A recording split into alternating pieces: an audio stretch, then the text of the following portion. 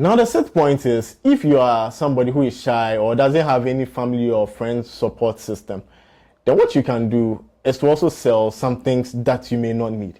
You may think, but I need everything I have. My guy, my dear friend, my brother, my sister, there may be a lot of things that you have that you don't really need right now. Or if you're a guy, it could be like your video game and you could sell it and make money. So like I have a PS4, but because of the nature of my corporate work and everything, I don't get enough time to play my PS4. So what I could do is to sell my PlayStation 4. I could get like 3,000, 4,000 Ghana cedis.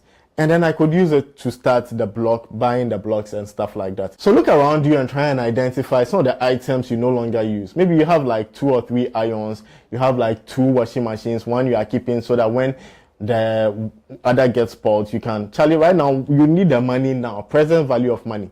So sell some of the things you don't need. Like maybe you might have 2 or 3 cars at home.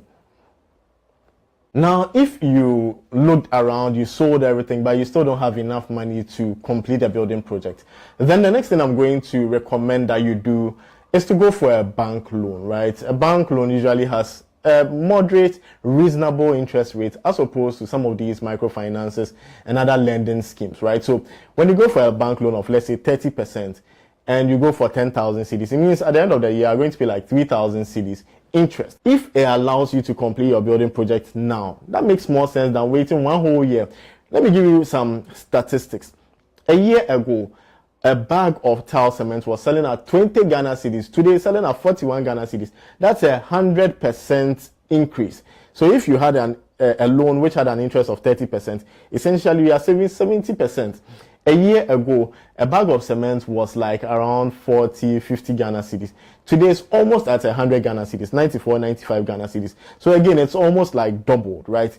Iron rods were selling between 3,000, 4,000. Now they are selling at 8,000, 11,000, right? So everything has almost doubled in Ghana within the year. So if you go for a loan, I think it makes financial sense during this period. Now let's look at the worst case scenario. Like you went to the bank, but you still didn't qualify for a loan, right? You are disheartened and you are feeling depressed and everything. Don't feel depressed.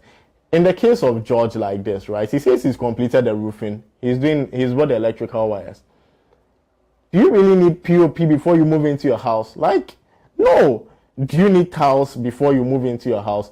No. Sometimes do the barest minimum that you can move into. You have electricity, you have your toilets and bathrooms, your sinks, you have your borehole or manhole or whatever, a source of water.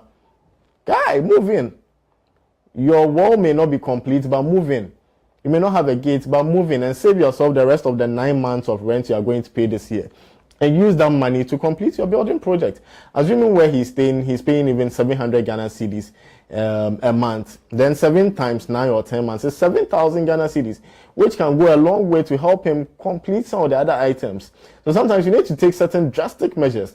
I remember some of our parents moved into their homes when the houses were not totally completed, right? So like my dad in 2000 moved into his house. There was no electricity. There were no tiles. But we moved in. The floor was just plastered. And we moved in and we stayed there for like 2 or 3 years before he had enough money to get the electricity, get the tiles and everything. We survived and today we are here. I'm not saying you need to do exactly that, but try and see which of the items are not a showstopper. Like POP like this, I don't think it's a showstopper. You have a roof above your head, you have electricity, you can iron and go to work. I think it's enough. Right? You don't need to have pavements, blocks, you don't need tiles.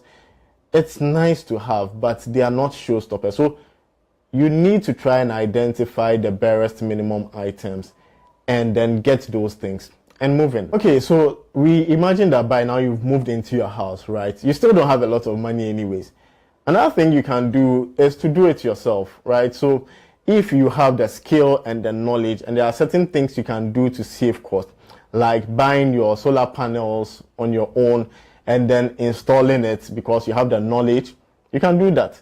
If you know how to mix the ratios of sand, cement and stuff like that for your block work, you can do that. Now the 10th point is try and find an additional source of income, because the Ghana we find ourselves in today is a very difficult economy, right? We live in a very difficult economy in Ghana.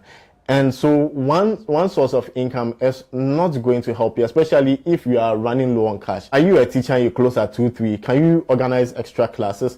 Can you do vacation classes? Can you learn a skill, like a digital skill, like video editing, graphic design, UI, UX design, web design, etc.? These things are things that you can do even after you've closed from your corporate work. Or you can also do a YouTube. Like, I work in a corporate environment. I'm also helping people build their houses. But when I come home, even as late as it is, see the way I'm sweating, I'm still recording videos to try and get maybe a few extra $100 at the end of the month to augment my income and to help me continue my building project. So try and find out something that you can also do. You could, if your car is there and you close from work, you could use it like as an Uber and then pick people who are moving in your direction, charge them something. In the month, maybe you could make an extra $200, $300. And that could also push your building project really, really far. I hope that makes sense, because just one source of income, unless your income is really great, then you will not be watching this video. But you are watching this because your income is probably not sufficient to meet the kind of building you want to put up. So try and find something else that you can do, whether active income or passive income. Passive income means like my YouTube.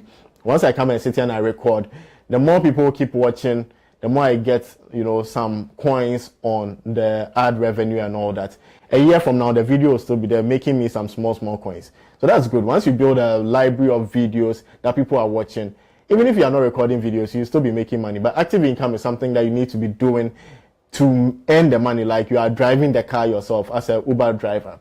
If you don't drive, you don't get any money, right? But then you could also buy 2 or 3 cars and give it to people and they'll be working and bringing you the money. Now, the final one is a bonus. If you've tried all these 10 tips and it's still not working for you, I'll just advise, take it easy. Rest, right? Write all the items down so that when you're resting, you don't keep thinking about it. It helps your brain to relax a bit. And just calm down, because worrying too much is also not going to bring you money. Also add your own experiences and tips in the comments below. And if you are concerned about the prices of building materials, click this video to see the latest prices of building materials.